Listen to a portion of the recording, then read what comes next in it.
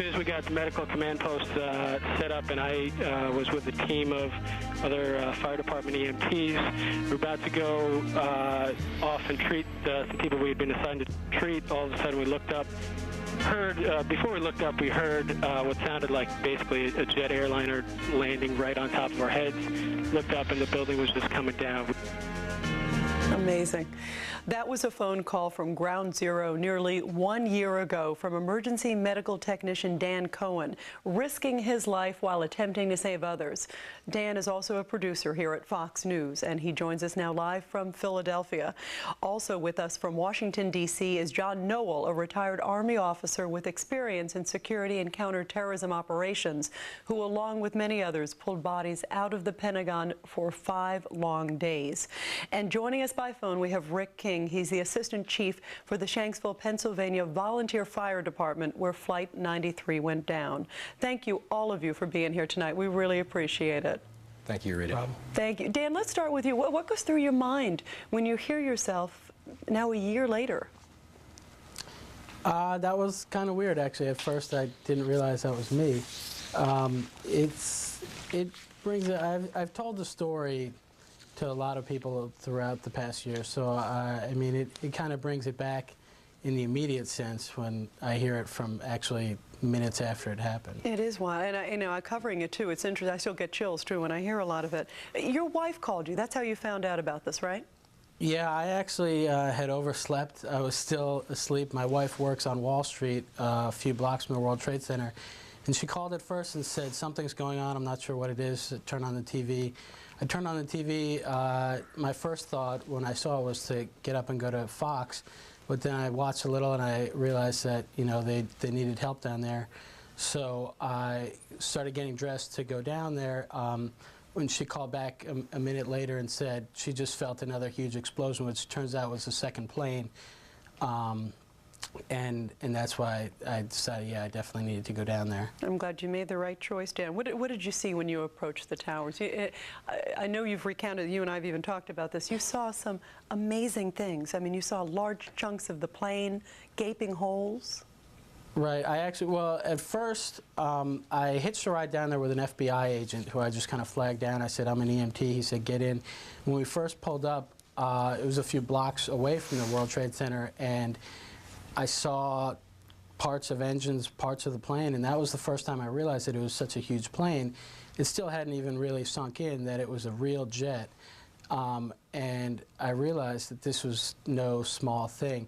Then once I ran up closer to the buildings when people started jumping, and I saw that, I didn't even realize at first that they were people. I thought it was just debris coming down until somebody told me. First of all, we had to move to get out of the way, and then somebody told me that they were people.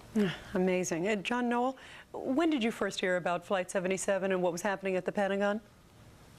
Well, Rita, in my world, nothing ever happens on Tuesday. So I had actually taken down my computer network and my phone system that morning, and as I left the house to go get some more computer parts, my mother called on my cell phone. And it was quite a strange exchange. It's only been 10 years that I've been out of the Army. She said, "Are you okay?" And I said, "Yes." She said, "Are you at the Pentagon?" I said, "No." She said, "Well, you better get there. There's a plane's already hit the building, and they're going to need your help." And luckily, I was already on the road, and luckily, I had a medic bag in my truck. So I went straight up 395. It was a very surreal experience. And what did you see, John? I mean, not just physically what you saw, but also just the throngs of people helping. Well, Rita, you know, I've thought about this a lot since last year, and I think what happened on 9/11 was that Al-Qaeda sent us a very, very costly but important reminder. And they may have thought that they had a monopoly on things worth dying for, but all they did was remind us of the things that make America great and that Americans are willing to fight for. And there was, yes, you're right, there was chaos. There were most tragic things I'd ever seen, I could ever imagine, but they're also some of the most uplifting. And there's a story of Jim Rice, too. I want to have you just real share it. This is an amazing story, a man who's getting chemotherapy, right? Tell us what he did. Well, this is what I think is so important. There were so many people who who were never in the cameras or in the limelight. Jim Rice, I watched him for 4 days, practically 24 hours a day, run the FBI operation, helping identify bodies and tag people and carry people out and manage the information flow, never realizing that he had gotten up off a hospital bed where he was getting chemotherapy just to be there. That's amazing. Let's bring in Rick King from Pennsylvania. Rick, when did you first hear about the crash in Shanksville? I understand your sister told you, right?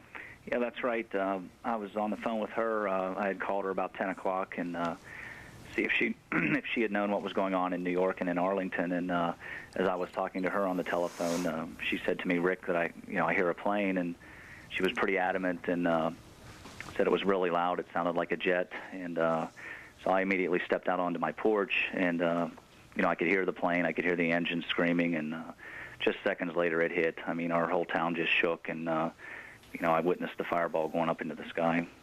And then you arrived at the site. You're a volunteer with the fire department there, and many others. You were there for 18 days. I cannot imagine what that was like. But what did you see when you got there at the scene? Well, I don't know. I tell you, Rita, the most amazing thing, I guess, that I keep saying is what we didn't see. The plane hit. We later found out at about 570 miles an hour into the ground. It was just total destruction. There wasn't anything really identifiable as far as a plane initially, and that's what just strikes me is just the total destruction of that aircraft, and just the horrible scene that will forever be in my mind. Dan Cohen, how do you feel when you hear people say that you and everybody else out there, you're heroes? I mean, you made the right choice. Here you work for Fox News, but you made the right choice, and you got down to the site and helped people. Well, I'm a little uncomfortable with the hero term. I think one thing that I was thinking about when John was talking, one of the first things I noticed when I was driving down with the FBI agent, and there were people on the streets, cab drivers and stockbrokers, standing next to each other, directing traffic, directing us in. Everybody was helping everybody that day, and that's the most amazing thing is that the people that you don't hear about, where everyone, the whole city just came together and without a word of coordination began helping everybody. From the minute the towers collapsed and we started pulling people out, there were shop owners opening their doors, pulling people in, pouring water on everybody to get the dust out of their faces. It's I think to call people heroes, there were definitely many heroes that day, but the amazing story is how everyone came together and really pitched in and was one large effort instead of individual ones. And John Nowell, we just have a few seconds left. What message do you take from that day? I think that what Dan just said is that you don't have to be big and strong to be a hero. All you have to do is to try. And I think that's the thing that we remembered after this terrible, terrible tragedy, was that we could all hang together like that. All right, John Nowell, Dan Cohen, also Rick King on the phone with us. Thank you for your dedication during that terrible and emotional time, and also for sharing your great stories with all of us tonight. A lot of encouragement. Thank you, gentlemen, very much. Thank you, Rita. Thank you. And up next, has the entertainment world changed since September 11th? You'll be surprised, but there have been some changes, and our Bill McCuddy is up next to talk about them. Stay tuned.